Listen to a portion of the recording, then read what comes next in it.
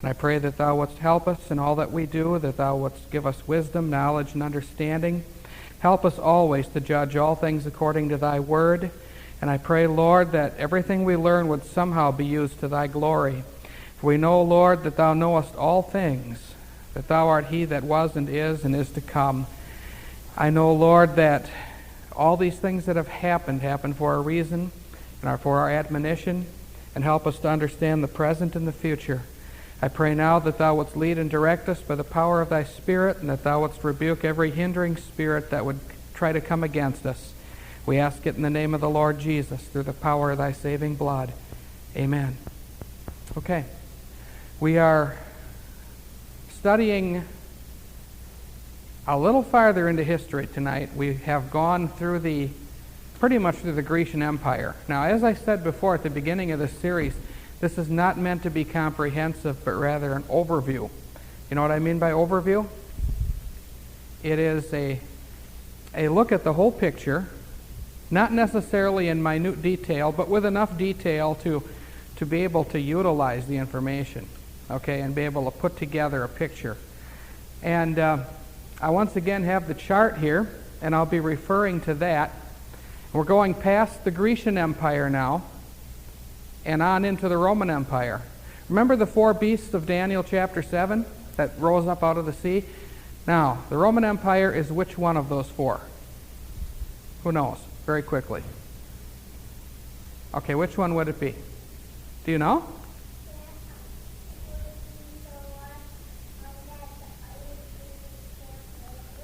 Yeah, you're right, that's the one. But now, which number is that? Okay. Which number? Okay, how many did he see? He saw 4. Okay, and it was the fourth one, wasn't it? Okay? So, what we're going to do is look at that fourth empire, that beast empire. See, when God looks at a world empire, God looks at all of history, and he saw that people were going to gather together and form a unit. In other words, they'd all be one. He looked at that and called it a beast.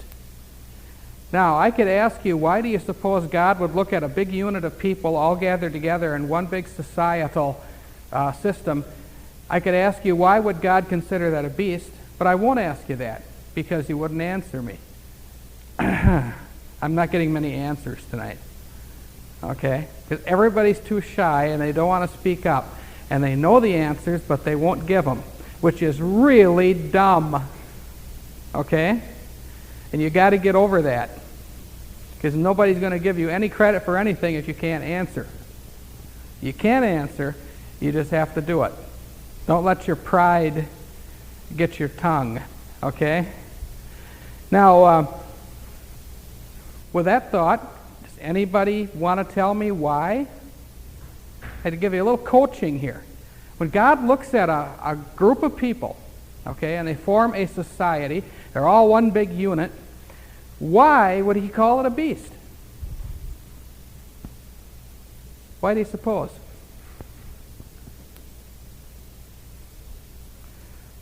Am I going to have trouble tonight? Okay, Ruth?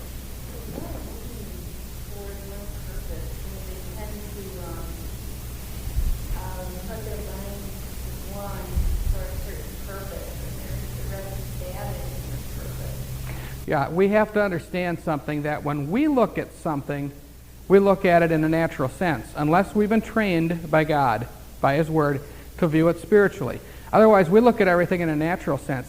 God never does that. He takes it into consideration because he knows all things. But God looks at everything in a spiritual sense. So he looks at an empire, just as he looks at our modern day United States, he looks at this, he considers this to be a beast. Actually, this is an extension of the empire we're studying tonight, the Roman Empire, which, by the way, will probably take 2 weeks just to get through, maybe 3. There's so much in it that we have to look at. But God looks at man's efforts as being evil, heathen, destructive, okay? And considers this man's best effort, most noble effort, to be a beast system. And if you look at what goes on way down inside of the hearts of people that are in power, you'll see a voraciousness. You know what that means? A ravenous bloodthirstiness. You want a little dramatics here, don't you? A desire to control, to take over. All right? Now, we talked about the Grecian Empire as being a great empire that rose up and conquered most of the known world. Here's Athens on the map. And the Grecian Empire extended all the way around Macedonia here into Asia Minor and down into the Palestine area, all around this whole area. But then came the Roman Empire. We want to look at it from its inception. Now you'll note I didn't talk a lot about the gods and goddesses of Greece, the mythology, because of the fact that it's false religion. I don't think we need to know all about that. We need to know a little about it simply so we can relate what they did back then to right now. Because that same religion that they had back in Greece and in Rome is still with us in the form of, and I'm not pulling any punches when I teach, in the form of the Roman Catholic Church.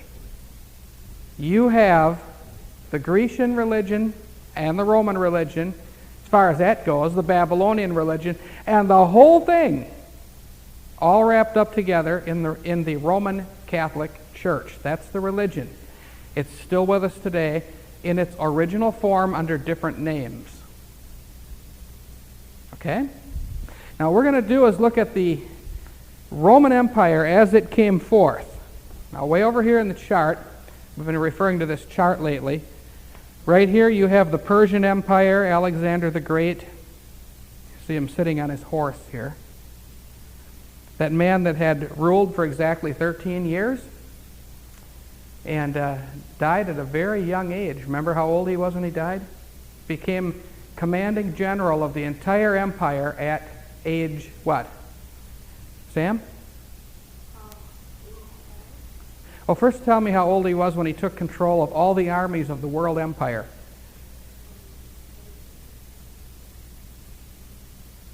Okay, Sam says 23.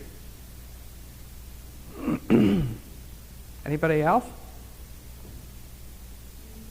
He was 20. 20 years old, commander-in-chief. Okay? 20 years old. He had 4 generals helping him, and you remember their names, don't you? Come on. Lysimachus, Cassander, Ptolemy, Seleucus. Everybody knows that. All of God's children knows that, right? Sure. Okay. But anyway, he died at age, well, I kind of gave it to you, didn't I say he ruled 13 years?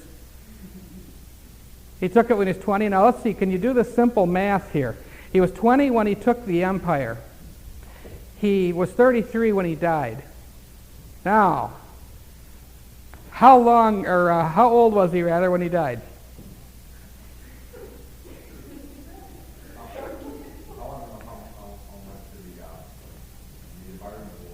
Oh, how much of what kind of an environmental impact did his conquering have? Right. That would be the modern math in a textbook today, right?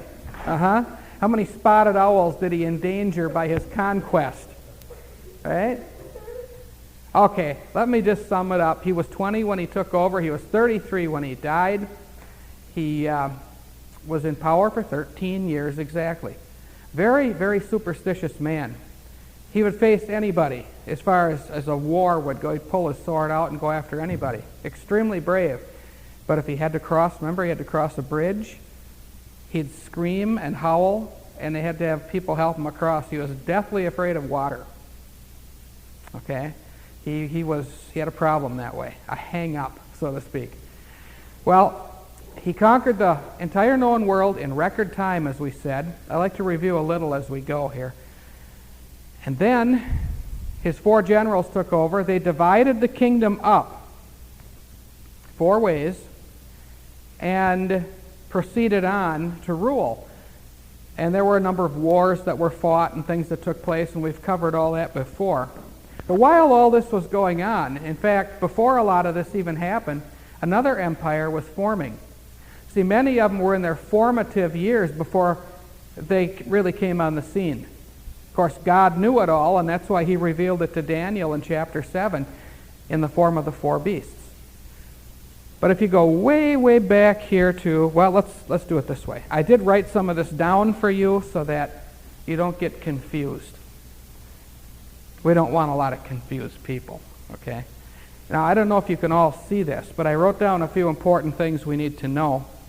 And I'll try and stand aside, and if this is about as far to the end as I can go, maybe some of you could move down a little. Ancient Rome. When I say Rome, I have to qualify Rome because there was an ancient Rome, and the Roman Empire lasted over 1,000 years, you know. It went way, way up yonder into the timeline if you count the fragments of it. Because Rome was eventually divided 3 ways. And then, of course, you had what was called the Holy Roman Empire and the papacy. But we'll get into that later. We're going to look at ancient Rome.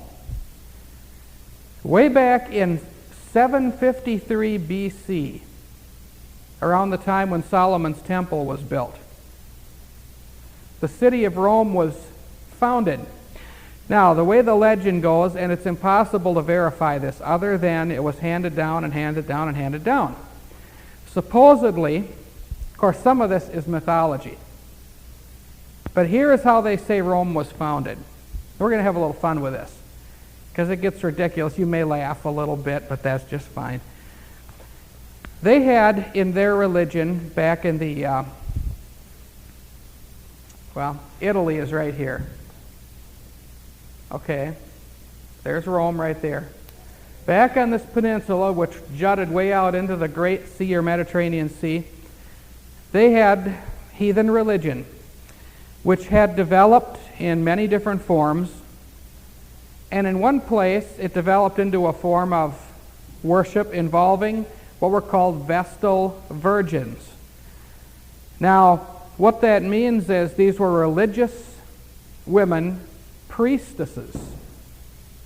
In some of the heathen religion, actually witchcraft you might say, and they were serving their deities, because they always had more than one god or goddess. They were serving their deities by being a priestess.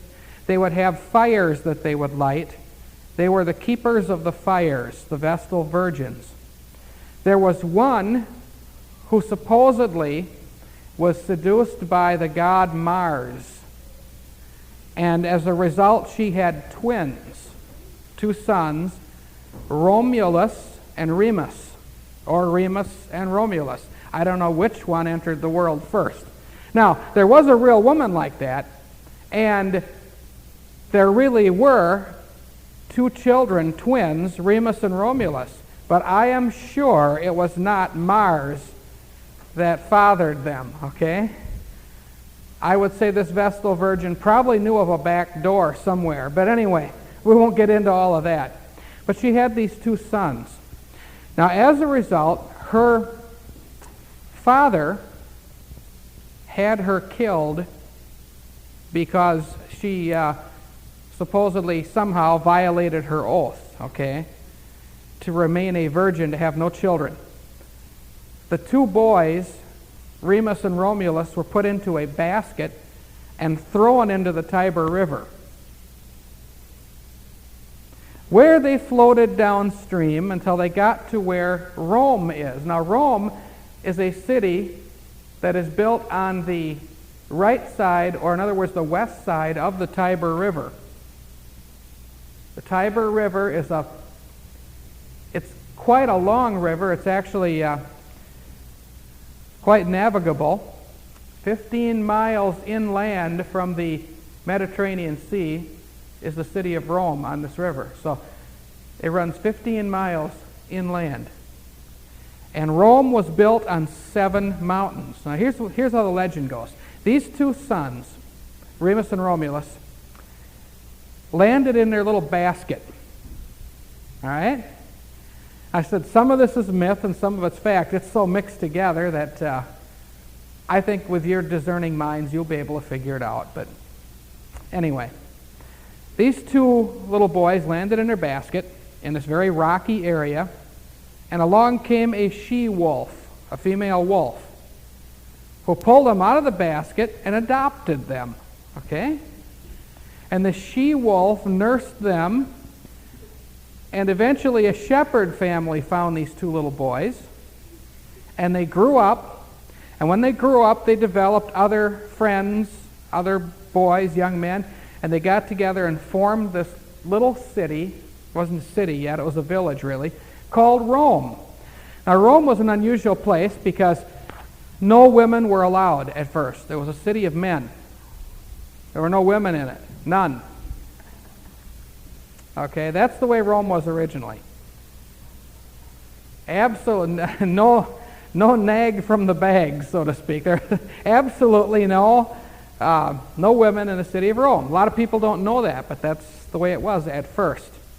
Then they decided, hey, we're going to die off and we're not having any children, so we got to do something about this, or there will not be a Rome for very long. So they decided the best way to get women is you go out and you kidnap them. So they formed little groups, these men, and went out looking for some that were appealing, that went out and picked theirs, so to speak, and said, I want that one, and they kidnapped her. So they hauled these women back to Rome, and that lived with them. I don't know what kind of marriage ceremonies they had, but whatever they had them, and as a result they started having children, and the city grew and grew and grew. The people were basically shepherd people. It was a very rocky, hilly region, and the city of Rome formed. It began to grow quite rapidly. Eventually, the city itself became about the size of Milwaukee. Had about 1 million people in it, Milwaukee metro area. I believe that's right. Milwaukee has about that many, doesn't it, in the metro? If you count in all the other little areas there. But they had about 1 million people in Rome at its apex. What do I mean by apex?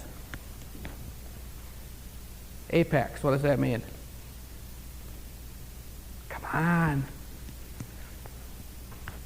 Ruth? At its high point. Right. Okay. So, Rome began to grow quite rapidly. Here I've got on this little chart, I wrote this out for you. It was founded in 753 BC by Romulus and Remus. Now, eventually,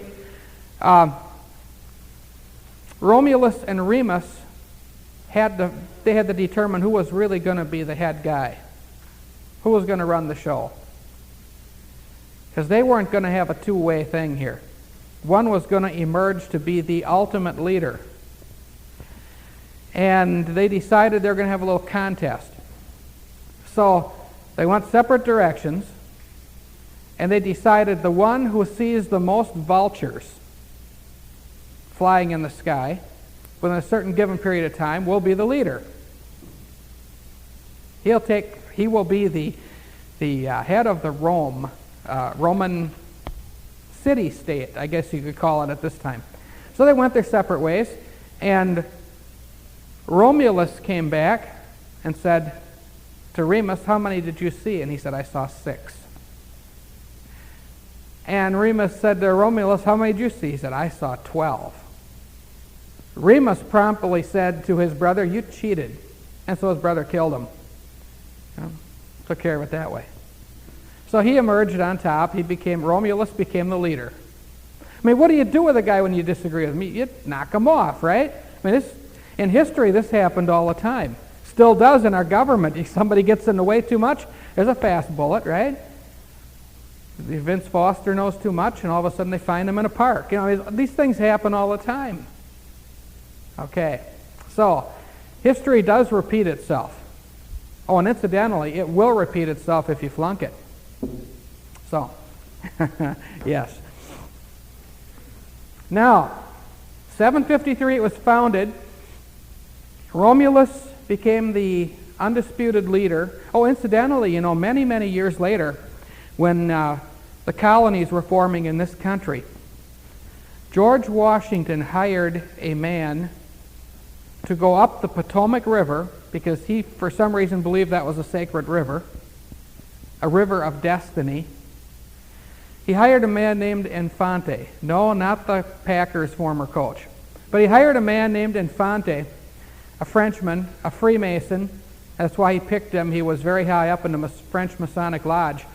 He went up this river and he found an area. There was a big hill there, and he mapped it out. And when he mapped it out, he made the plan for the streets and everything, just from looking at it as just a hill in the country along this river.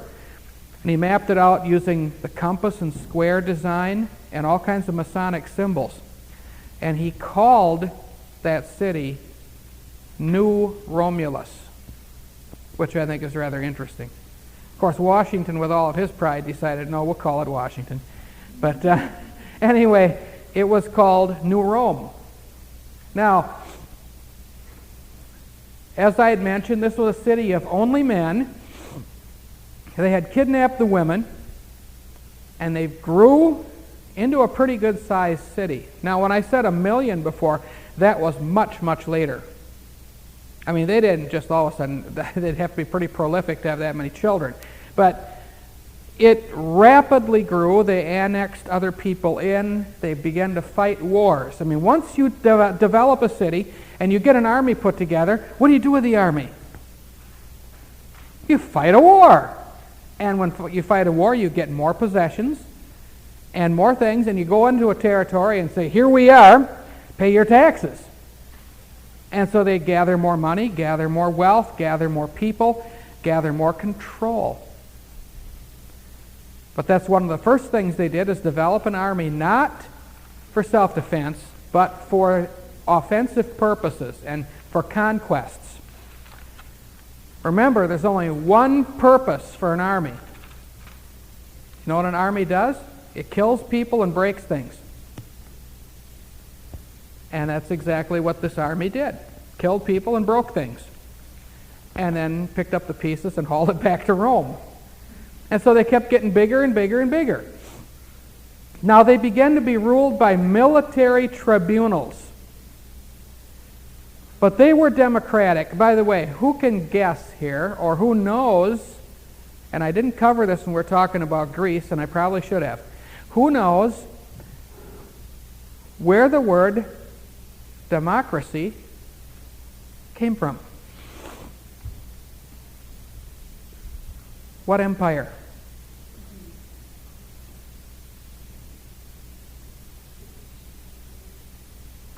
The Greeks came up with that concept, democracy.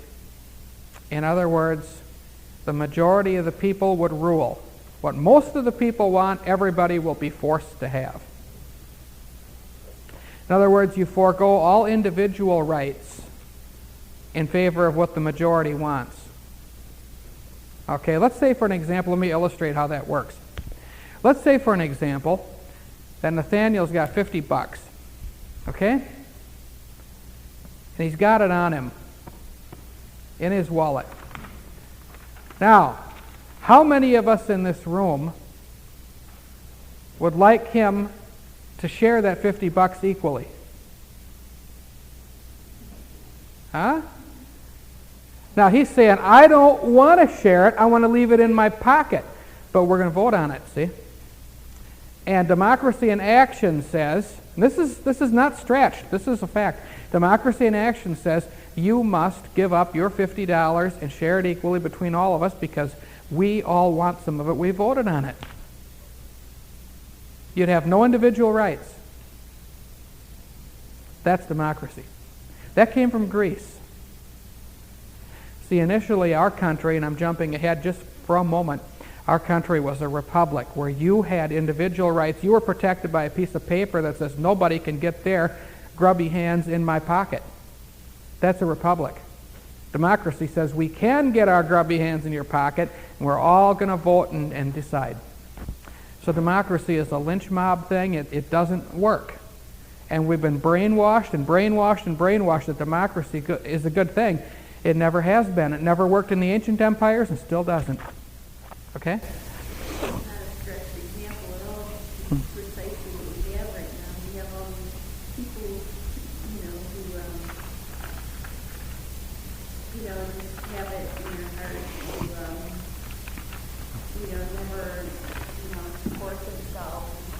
welfare system, they vote and they decide if they want to.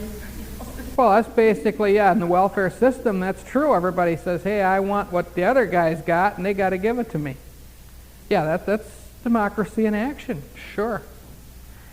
Of course, we don't even really have what they claim is democracy. You know, I've been hearing all this big hoopla right now about this reformulated gasoline. It's being forced on people. And I don't have time to go into that. It isn't part of our study. But it's an example of what goes on in our country today, where you have a government saying, you've got to have this, and it's a health hazard, and it's wrecking engines, and people are getting sick. And Milwaukee is up in arms. They're really going wild over there because they don't want it. And so there you've got a majority of people not wanting something. The government says, you're going to get it anyway. So anyway, we'll not deal with that so much. But let's look at Rome here very carefully. We said that they were ruled by military tribunals. Now this happened until 82 BC. So from 753, there were power struggles. It had its ups and downs. And right up until 82 BC, they had these tribunals of 10. They picked out 10 generals. And these 10 generals would be the rulers. They'd all have to, it later became what's known as a senate. The Romans had a senate, just like we have a senate. But this was still a military tribunal. And there was a cross-check. If one guy thought he was going to get a little too powerful, the other 9 generals said, oh, no, you don't. Furthermore, they were elected every year on December 4th. And every general watched the other general, who watched the other general, who watched the other general, so nobody got too powerful. Then you get over here to 82 BC, and there was a dictator named Sylla who came along in 82. So that's 82 years before Jesus was born. Okay?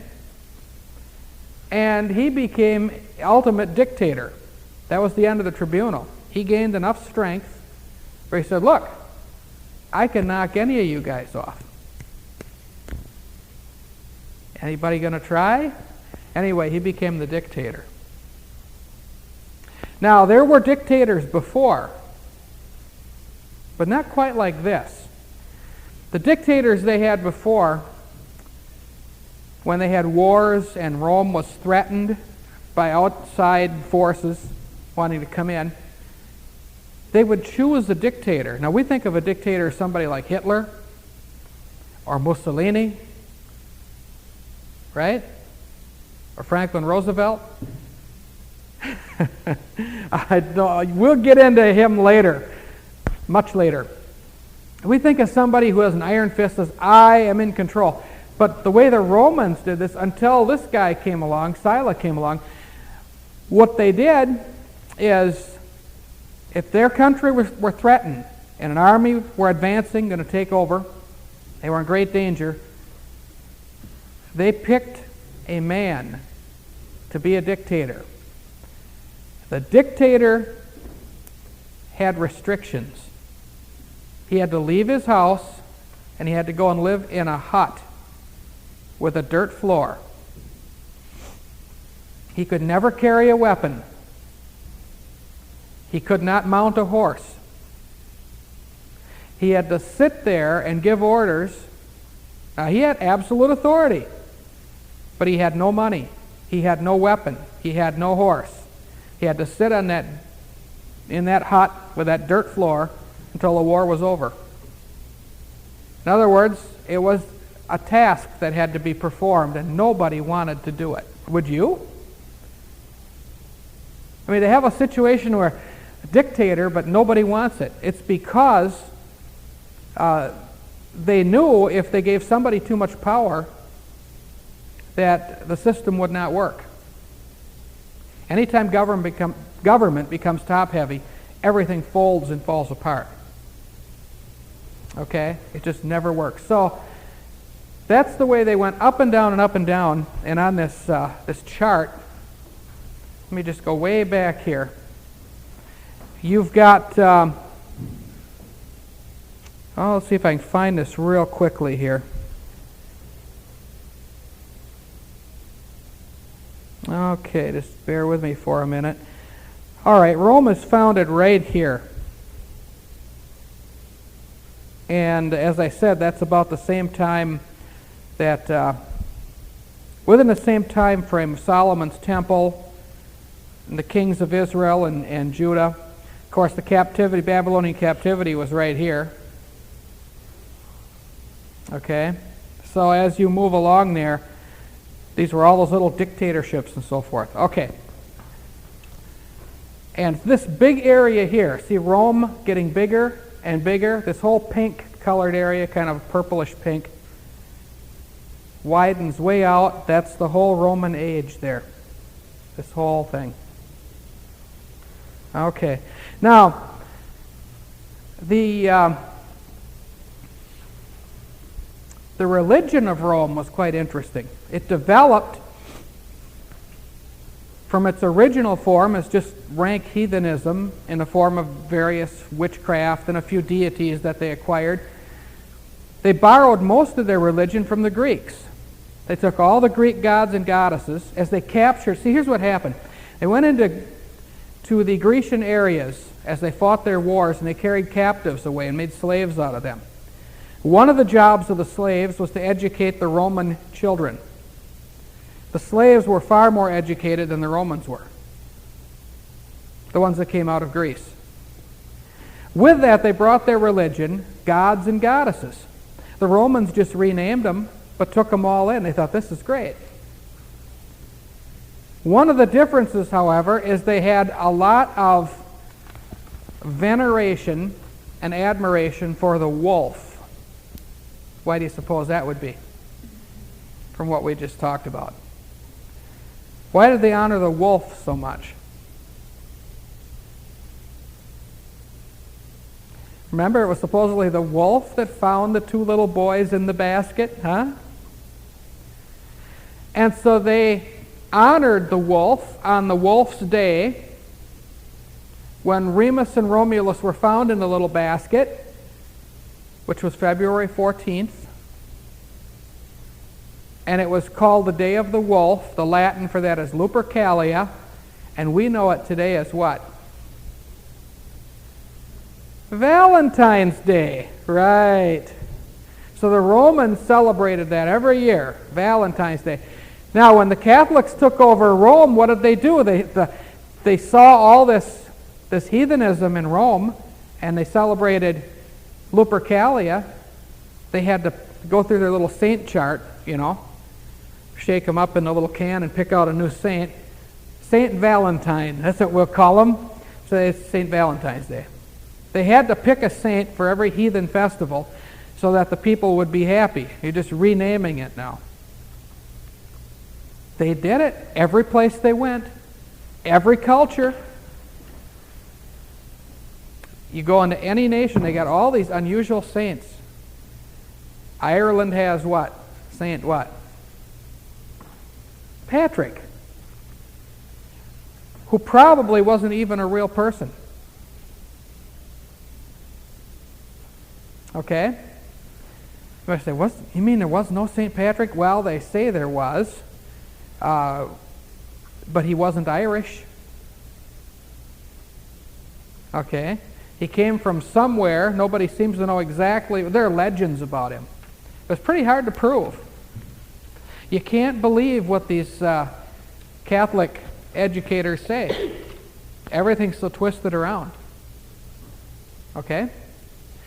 There are a lot of myths and legends about that. But anyway, in this Roman system that we're trying to study tonight, this dictatorship in 82 BC gave way to another man who went out conquering and winning everywhere.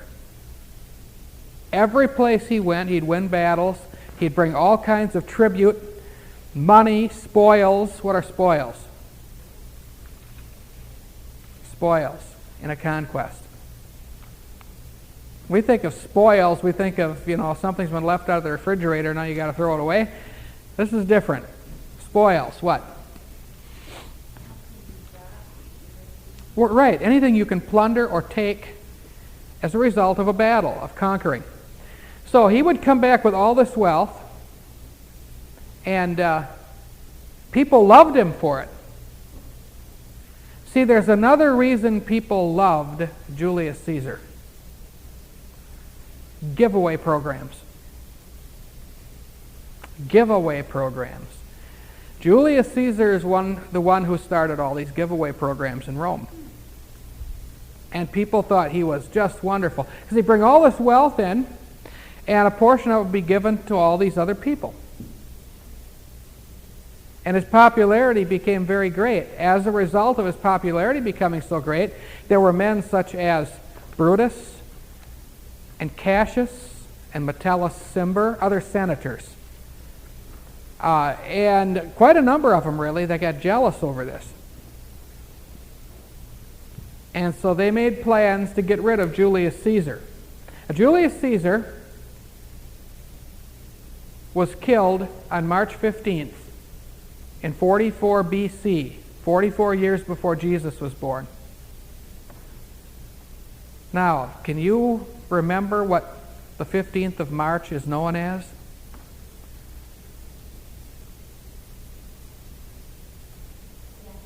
The Ides of March. Okay, let me tell you a little bit about that.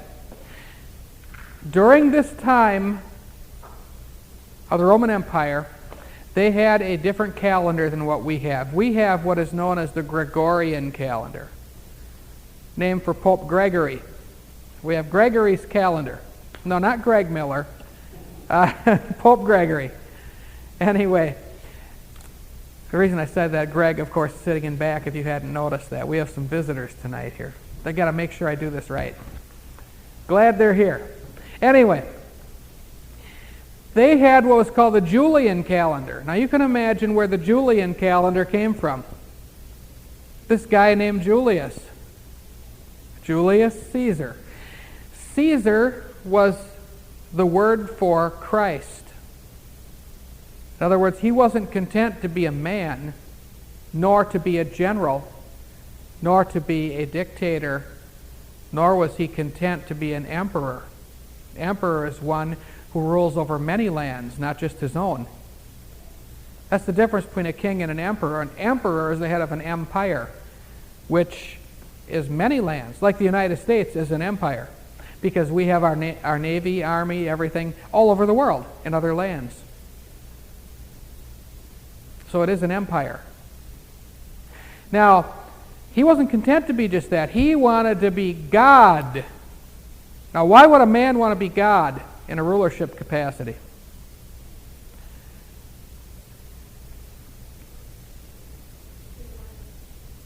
To be worshipped, and yes, so it could be a lust for worship, but there's something else. Let me put it to you this way, and this is a very important point. You have to understand this. What is the ultimate threat that somebody could put on you? I mean, the ultimate threat. The most scary thing they could, okay? To control where your soul will spend eternity. To have spiritual control over you. The ultimate threat isn't that they'd kill you.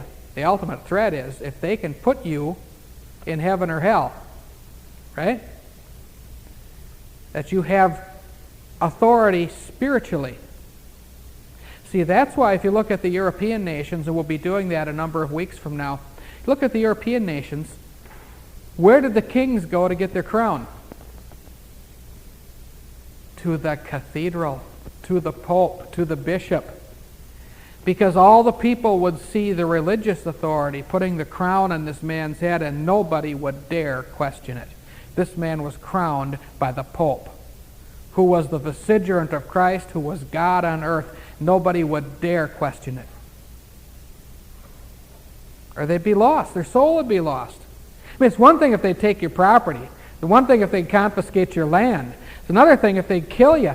But if they could put you in heaven or hell, there's your ultimate threat. And if you got people who really do believe that, and we don't, but they did, you got people who believe that, there's nothing they wouldn't do for their king, so you'd have no trouble from them. Who might you have trouble from?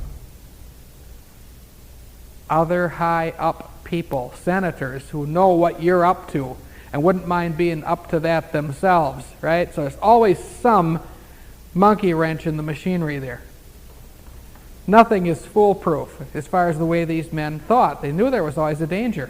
In fact, Julius Caesar one time made the statement when he looked at Cassius. He looked at Mark Antony and he said, Cassius has a lean look. He's hungry for power. He says, give me men who are well fed and satisfied. Them I can trust. Cassius has a lean look. Now, they rose up against him in front of the statue of Pompey on the 15th of March. They killed him, the Ides of March. Now, that Julian calendar that I was talking about had 12 months, but the first month was March. And the second was April, and the third was May, and so forth. The last month of the year was February, which makes sense, doesn't it? Because spring comes. And it's the beginning of the year, blossoms come forth, and it just looks like a beginning of things anyway. And the Roman calendar was marked off. It was very peculiar. Now, this is going to sound complicated. I'd have to show you on paper, or you'll never figure it out. And even on paper, you have to look a few times. The Roman calendar started off with the first of the month being called the calend, C-A-L-E-N-D, the calend. In the middle of the month, you had the Ides. 9 days each side of the Ides, before or after, were called the nones. And of course, if you know anything about your numbers and things like that, none refers to 9. Okay, from the word calend, we got what? The calendar. Okay? But they marked their days off in a very peculiar way. And once you got used to it, the system actually did work. But they had 30 days in a month, and that made their year a little peculiar. They didn't have a way of measuring exactly. Like we have pretty much exact measurements, and I mean very, very close, within a fraction of a second. That's why we have a leap year. Every fourth year we add a day to catch up. You all knew that, I'm sure. But what they did is when Julius Caesar came along and he named the calendar for himself, and it was all set up for him, he decided that his month, the month in which he was born, by the way, he wasn't born the normal way. He didn't have a natural childbirth. As far as we know, this is the first recorded C-section ever performed. His mother was dying. He was going to die. The doctor quickly took a knife and opened the abdomen, the womb of his mother, and pulled him out. The first known time that was ever tried. And from that it was called a Caesarean section, or C-section, because of Julius Caesar. All right? Everybody knew that, right? Okay. But that's where it came from, the Caesarean section. And that's how he was born. Now, he figured in his month he was born, was July. The reason it was named July is he named it July for himself, Julius.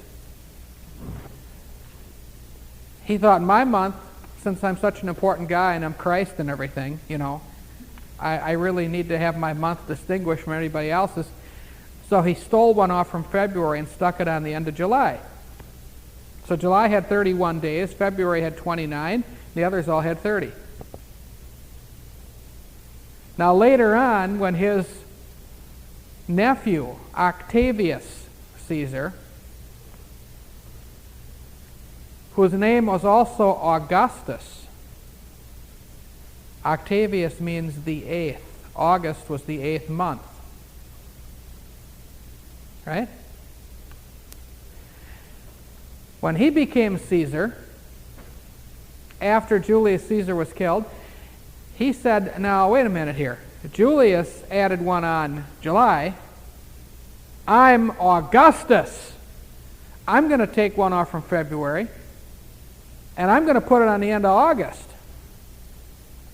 Now February had 28 days, July had 31, August had 31, and the calendar was set. February wasn't robbed anymore. Isn't that amazing? Now you know why. Because these Caesars wanted to honor themselves. Okay. When Julius Caesar was killed by the conspirators who were jealous of his power and his popularity, before Augustus took over, there was a triumvirate. Now, there were civil wars that took place. Oh, one more thing about the Ides. The religion of Rome was such that they believed every day had a spirit. Every wind had a spirit. The different weather that would come forth would have spirits. The Ides of March, the middle of every Ides of March or April or May, the Ides were always in the middle of any month, were believed to be spirits that would inhabit women who would become witches, soothsayers, and so forth, and they would go out into the country and summon in power, from wherever. And this power, they believed, could be used for good or evil. But the Ides were known as the hags, the witches. These were the witching days, the middle of the month. The very belly of the month, so to speak. Very, very peculiar, superstitious people. So anyway, the civil wars took place. We've all heard of Mark Antony giving his speech at Julius Caesar's funeral. Friends, Romans, countrymen, lend me your ears. Remember how they killed Julius Caesar and his friend Mark Antony asked if he could deliver a funeral address? And they said they agreed to it because they were afraid of the people, remember. They had to be a little careful here. They said, but you have to take an oath that you will say nothing good about, or you'll say nothing evil about us, but only good. And how many ever read that speech? It was a clever masterpiece. See, these things are still preserved, and they still have these things. It was a masterpiece because he got up and he said all the good he could about the ones that murdered Caesar, but in such a way, for instance, he said, Brutus said that Caesar was ambitious. And certainly Brutus is an honorable man. See, he said he's an honorable man, but then he took Caesar's will and read how he left all these things to all these people. And it made Brutus look like a real jerk, a real murderer. He did the same thing with Cassius. And Cassius said this about him, and certainly Cassius is an honorable man. And by the time he was through with his speech, war broke out. With that speech, it started a major war. Civil wars broke out all over the place in Rome. There were fires started, there were battles fought, and that went on for quite a while. Now, to try to hold order, 3 men came together. An army was approaching Rome at the time of the assassination of Julius Caesar, led by Octavius Caesar, Julius Caesar's nephew. He later became Caesar Augustus. There was another general named Lepidus who had an army, and then there was Mark Antony who also had one. All the senators had their own little army. And so the wars started to be fought. Now, before it was all over, or actually when it was all over, Caesar Augustus took the throne. Now, what was significant about Caesar Augustus, the time period? He took over in 36 BC, 36 years before Jesus was born, and continued on until 14 AD. Who knows what AD stands for?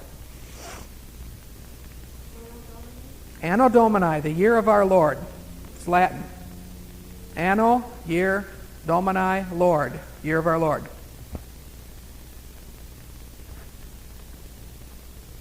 Now, oh, by the way, if you ever see the symbols, instead of BC, if you see BCE, that's an invention of the Jewish rabbis.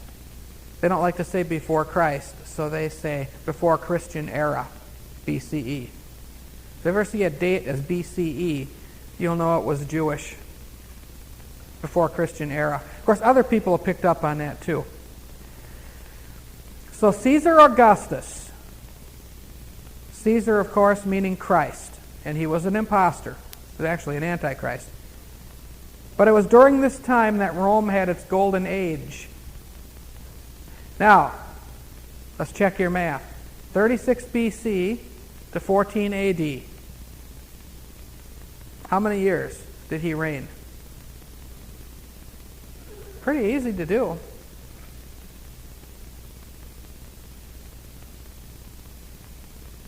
Who knows? Come on. Try 50. Remember, you're counting backwards on the other side of the timeline. 36, and then add 14. Not hard, is it? You didn't think you were going to get math in with history, did you? Okay, hope you're not disappointed. During the time of Caesar Augustus, what big event, and I mean big event, and I mean the biggest event ever, happened?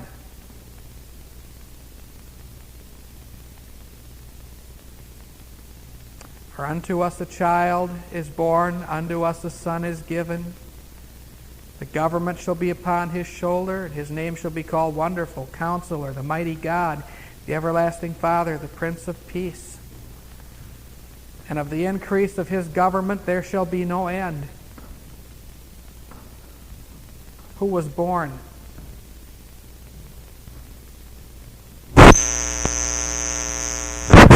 Having a little trouble with a lavalier, which is going to be repaired. See, we're taping this, and I can't imagine what that sounds like on tape. Okay. I will read it for you. Do you have your Bibles? What happened during the time of Octavius Caesar? Luke chapter 2, or Caesar Augustus, as he's also called.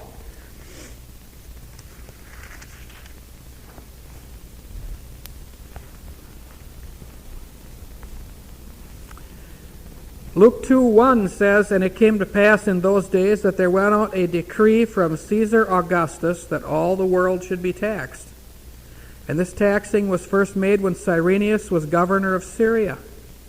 And all went to be taxed, every one into his own city. And Joseph also went up from Galilee, out of the city of Nazareth, into Judea, unto the city of David, which is called Bethlehem, because he was of the house and lineage of David." What happened? Jesus was born. Right? And it's interesting to note that the Romans always had their taxing. This was a census and a tax collection.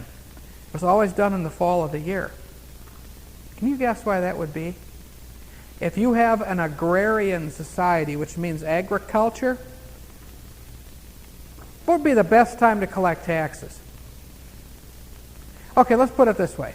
Let's say I wanted to borrow $20 from you. When's the best time for me to hit you? Payday! Yeah! Payday, because you got it, and I know you got it, and you know you got it, and you know that I know you got it. So it's pretty hard to say no.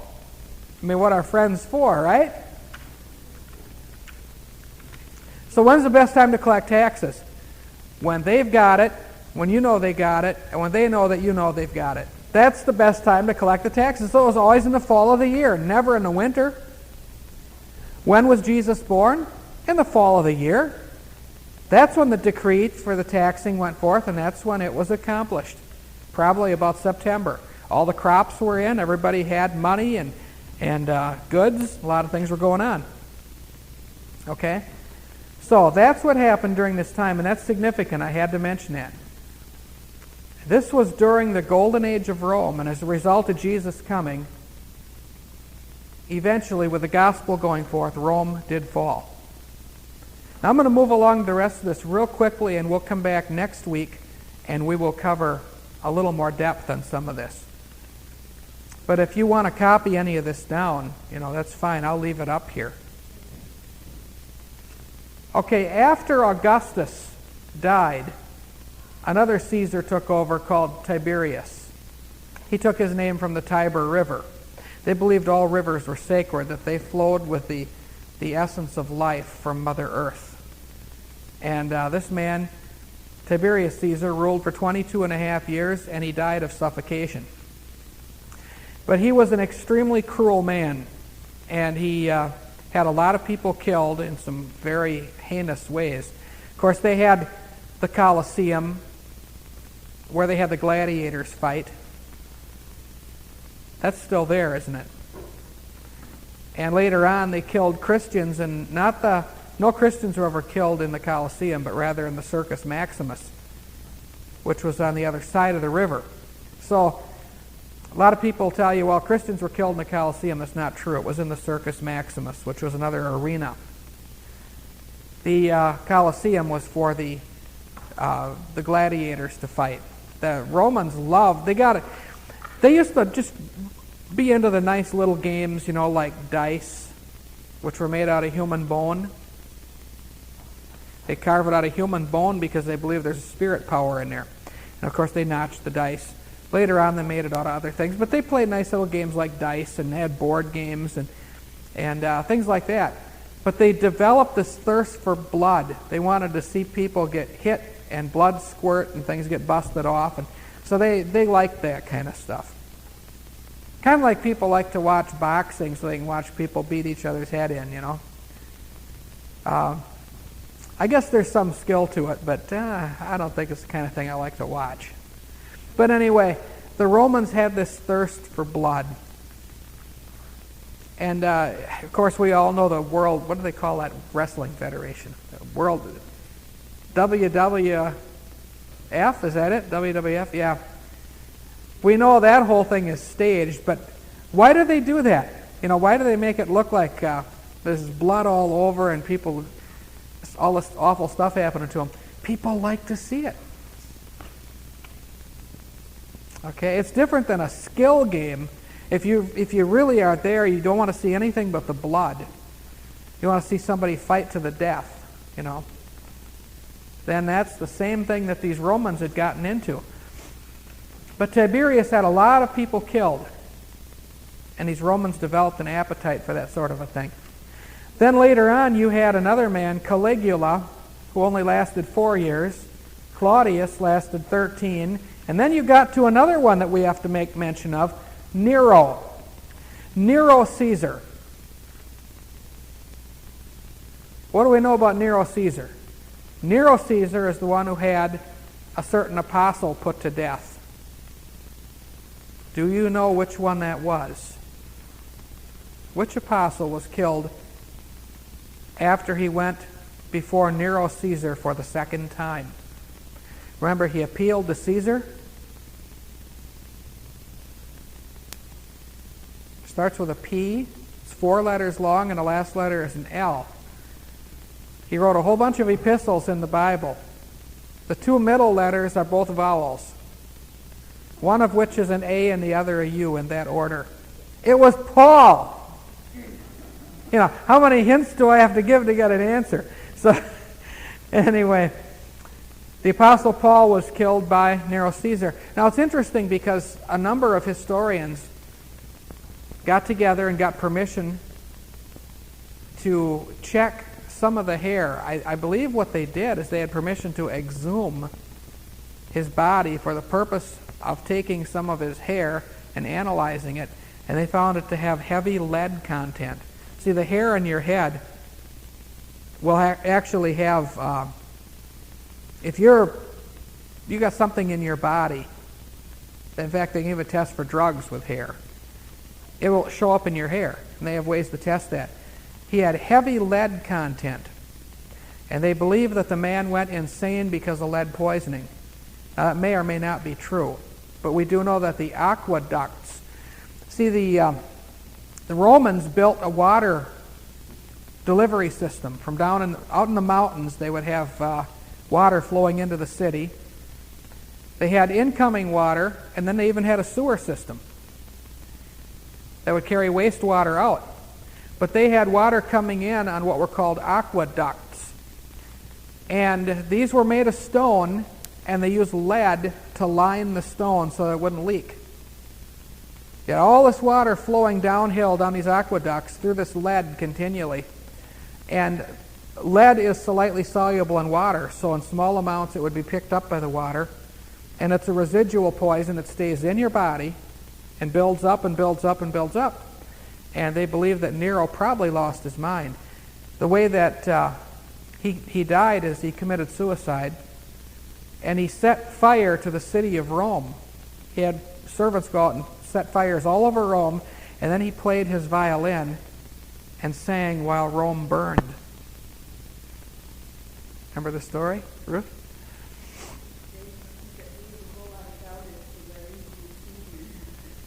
Yeah, he was insane, all right. It's just a matter of, was it the lead that did it or something else?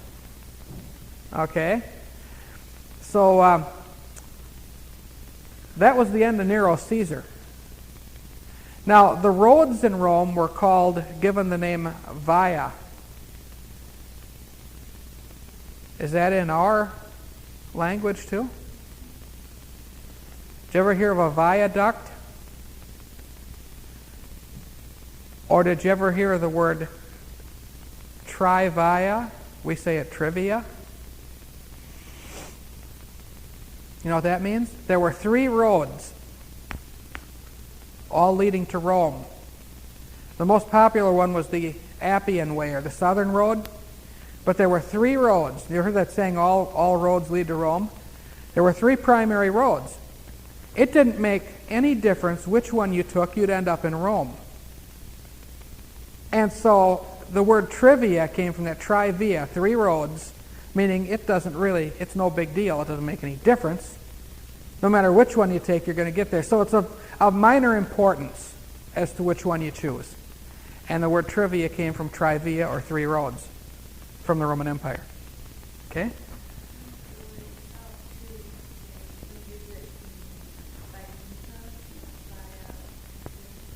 Yeah, a way to get there, or a way to, deliver this or that or whatever. Yeah.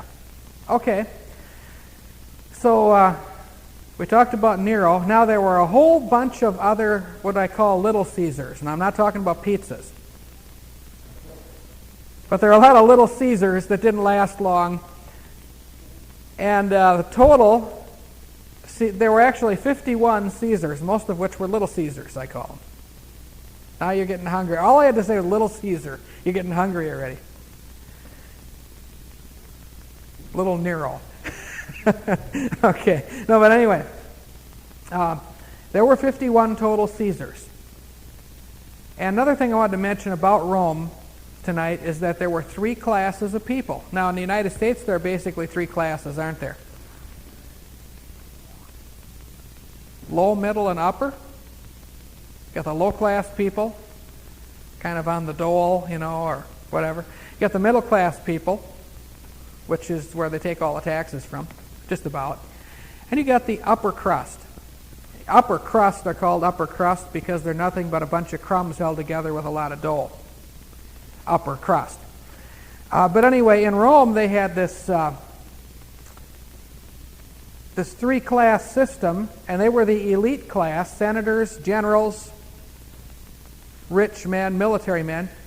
Then there were the working class, the farmers and the merchants. And they were paid a money. Actually, Rome, before it used gold and silver, used salt, because salt was very valuable.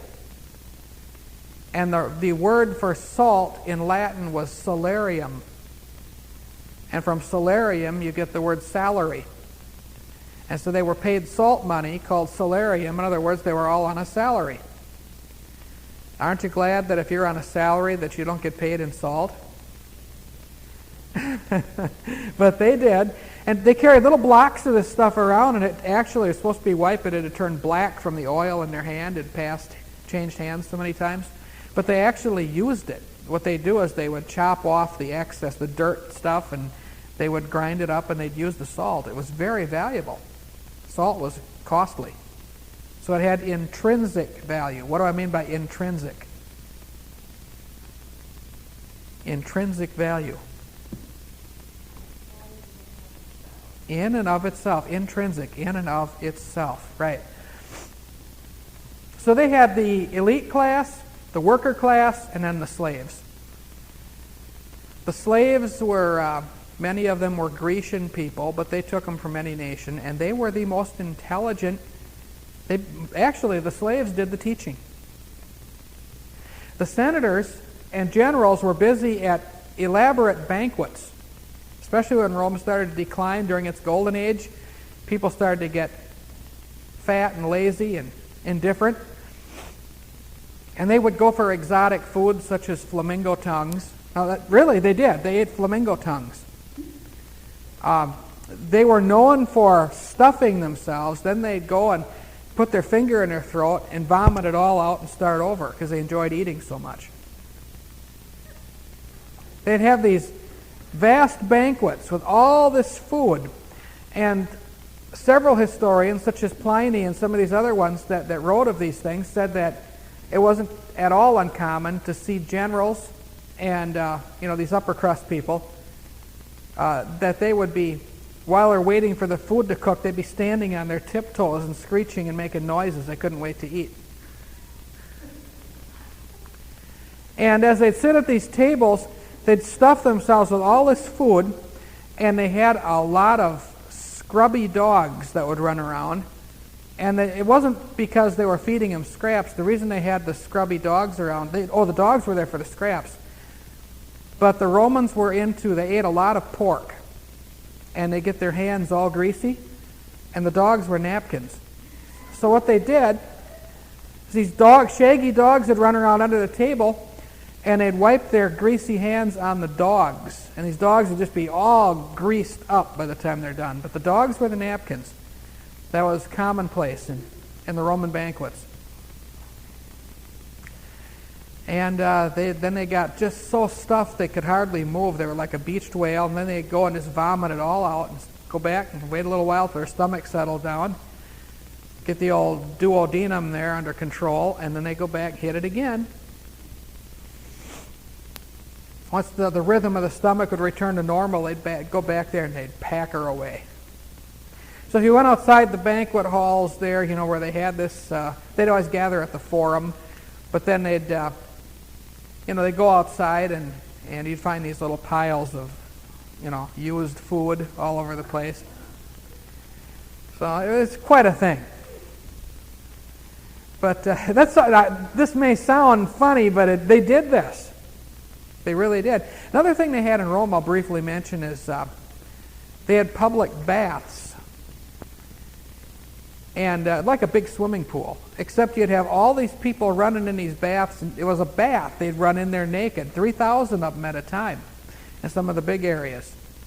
Vespasian had a pool that held 3,000 people, and some of them were heated. They had a system where they heated these swimming pools using hot coals around the edges and so forth. They had quite a system devised. And these Romans, after they would have their flamingo tongues and all that stuff, and another thing they do, they like to go over in a public bath, and then after that they had massage was common there, and they became an elite, spoiled, pleasure-loving, hedonistic bunch of people. So if you can see any similarities to today, well, okay. Then you have the slave class, as I'd mentioned.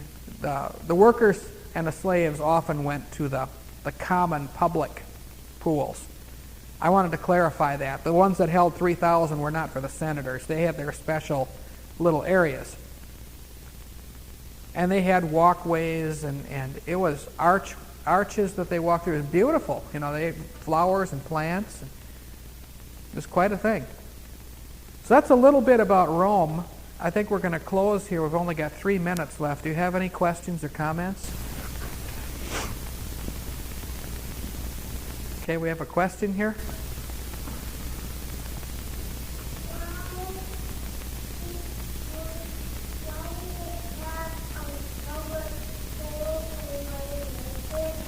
Well, because they were taking a bath. That's why they had these pools. They were actually, they called them public baths.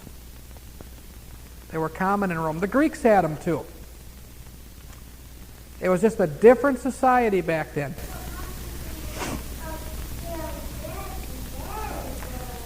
Well, I think probably your mother can explain that to you later. Okay. Now, yeah, that about does it here. I think we've covered enough material to keep you busy for a while.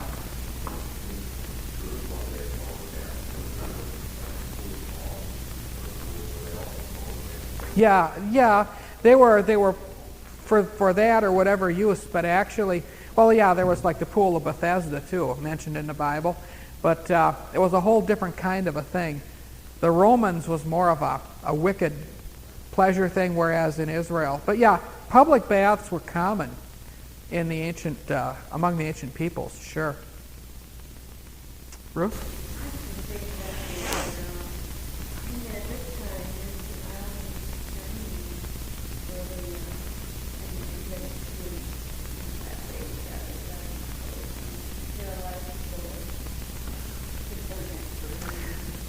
Different in Europe, isn't it?